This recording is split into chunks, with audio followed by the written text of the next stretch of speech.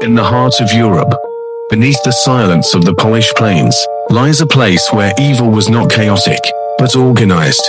A place where murder became an industry, where trains ran on time, chimneys smoked day and night, and humanity itself was broken down into numbers, ashes, and dust. This is the story of Auschwitz, the industrialization of evil, the foundation of hell. In the spring of 1940, under the shadow of the Third Reich, orders were signed that would transform a forgotten military barracks into the most efficient killing machine in human history. It began in the small polished town of Auschwitz, chosen not for symbolism, but for logistics.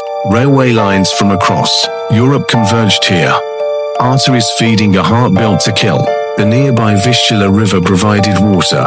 Abandoned barracks offered shelter, and the surrounding Polish villages had already been cleared, creating a perfect void in which horror could thrive unseen. On April 27, 1940, Heinrich Himmler signed the directive establishing the Auschwitz concentration camp.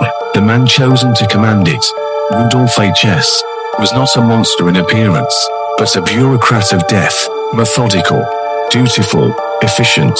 He would later testify that his task was simply to carry out orders that would claim over 1 million lives. The machinery of suffering. The first transport arrived on June 14, 1940. 728 Polish prisoners stepped off sealed cattle cars, the first to enter what would become humanity's darkest abyss. They were forced to build their own prison, brick by brick, under the watchful eyes of SS guards and German coppos. Within months, the camp expanded beyond its original barracks. By the year's end, Auschwitz I held nearly 10,000 prisoners, all trapped in a world engineered to destroy body and soul alike. Overcrowded barracks, a handful of latrines for thousands, lice, disease, starvation, every element calculated to strip away dignity, identity, and hope.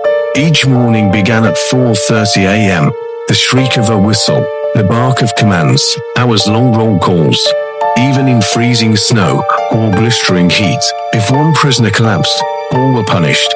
Above the gate, the words Arbeit matched frei. Work makes you free. A cruel irony that mocked every soul who passed beneath it. Every day was the same, wrote survivor Stanisław Dubiel. Endless counting, endless fear. We stood 4 hours until someone fell. And then the beatings began. The psychiatrist Viktor Frankl later described Auschwitz as a laboratory for human despair. Names were replaced by numbers tattooed into flesh. Hair was shaved, clothing replaced with striped rags. One's identity dissolved, leaving behind only survival instinct. The gateway to hell and systematic theft. From 1942 onward, trains arrived daily from Hungary, France, the Netherlands, Greece, and beyond. Each carried up to 3,000 people, packed into sealed cattle cars without food or water. When the doors opened, chaos erupted. Men to the left, women and children to the right. A flick of a finger decided life or death. Dr. Joseph Mengele, the SS physician, stood smiling as he pointed left or right, toward the gas chambers or forced labor. His white gloves became symbols of fate itself. Survivor Primo Levi remembered, in less than 10 minutes, all the fit men were grouped together. The rest, the women, the old, the children, disappeared into the night. Within hours, they were gone. Ashes rose from chimneys that never stopped smoking. Nearby, a vast warehouse complex called Canada processed the belongings of the murdered. Mountains of shoes, piles of hair, gold teeth, eyeglasses, children's toys, more than the corpses.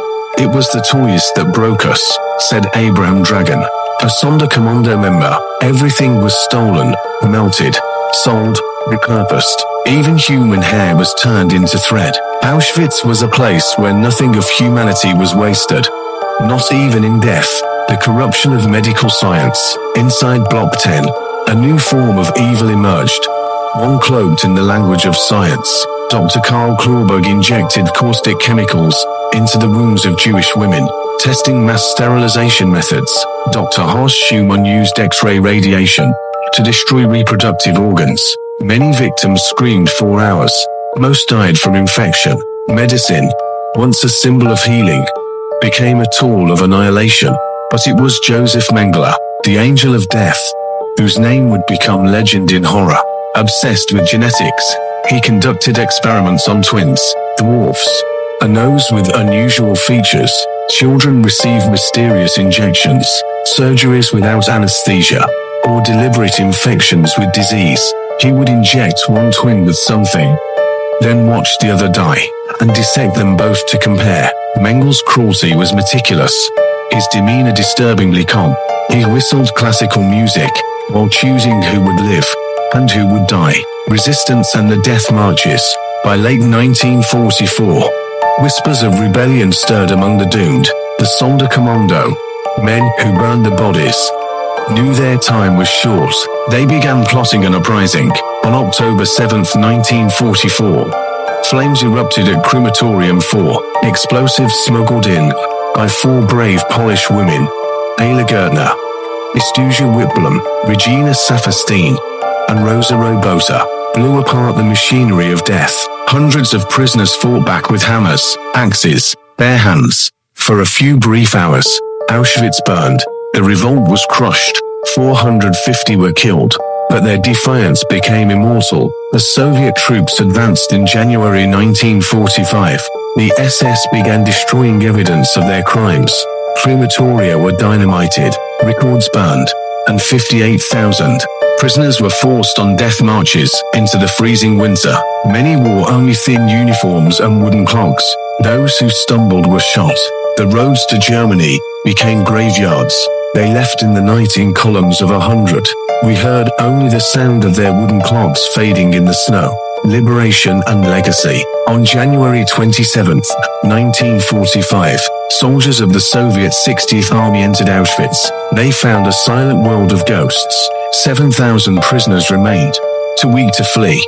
Warehouses held 7 tons of human hair, piles of shoes, clothing, and prosthetics. The remnants of 1.1 million lives. We knew of Nazi atrocities, but nothing prepared us for Auschwitz. Liberation did not mean safety. Typhus, starvation, and trauma claimed hundreds more lives in the weeks that followed.